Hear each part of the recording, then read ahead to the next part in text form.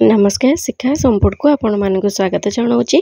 मुझे बनाऊँगी ग्रीन अंडा तरकारी जोटार ना कि मुझे आपण मैंने किसी भी दे पारे। भिडियोटी आरंभ करने पूर्व जदि आपण मैंने पर्यटन मो चैनल नुआ अच्छा और आपण मानक मो भिड गुड़िक भल लगुच तेज मो चैनल को निश्चय सब्सक्राइब करूँ। पाखे बेल आइकन को निश्चय क्लिक करूँ जहाद्वारा नुआ नुआ भिडियोर नोटिफिकेशन आपण मैंने पाइपर।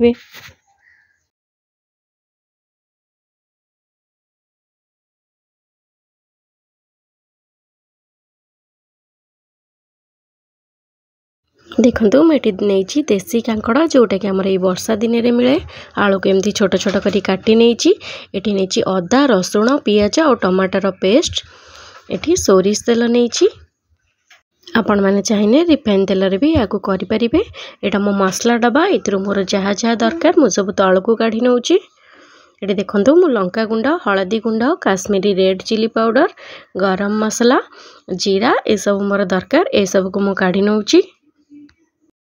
ये कांकड़ को भलरे धोई नवा धोईकी एमती आगरू आ पछर पटू काटी नवा। ये सब कांकड़ को सही भाव में काटी नौ। कांकड़ को काटी सारा पर देखंतु गोटे कंटा चामच नहीं कि मुझे मझे एमती कणा कर दूची। एमती कले कांकड़टा आमर बहुत जल्दी सीझीज। मु सब कांकड़ को यही भाव में कणा करनेबी। ये गैस रे कड़े बसई कड़े गरम हो गला। एबे कांकड़ को देदेबा कांकड़ को देकी मुझे किसी पानी देदेवी। पानी दे सारा पर आधे किसी लुण पकईकी आपको सीझे नवा।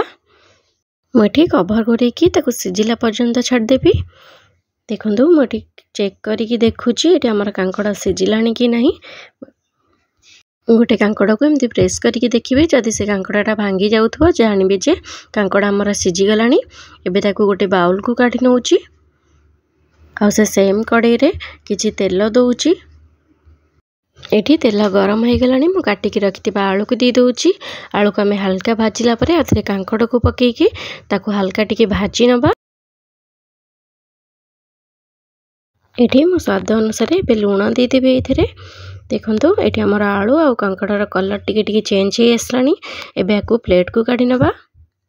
ये से सेम कड़े अल्प किसी तेल देला खंडे डालचीनी पकईली अल्प किसी जीरा एबे एथरे लंका गुंड पकई सारा पर मसला को ढाल दवा। लंका गुंडा मुझे पकाउची तरकारीटा भल कलर आसो।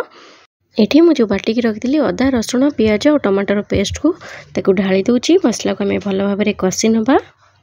ये देखो मसला आमर टिके फुटी आसला। मुझे काश्मीरी रेड चिली पाउडर दे दूची किसी हलदी गुंड दउची देला परे आकु आउ टिके भलरे कषि नवा। ये देखो मसला आमर कषि आसला। मुझे अल्प पानी देदेवी जमती कि मसलाटा आमर भलरे पूरा कषि हो। पानी देला परे देखो मुझे हल्का गोलई दूची आ 5 मिनट पर्यंत फुटवा को छाड़देवी। मिठी आ अल्प लुण दूची मुझे लुण देती आपण मैंने देखिकी लुण देवे। देखो लुण दे सारा पर मुझे किसी काटिकी रखि धनिया पत्र को दे दूची।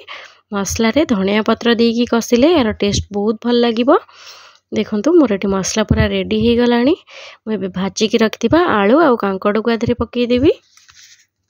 या पकई सारा पर आपको हल्का गोलई नवा आधे पानी देदेबा। आपण मानक जेतिकी झोल दरकार आपण सेतिकी पानी देवे।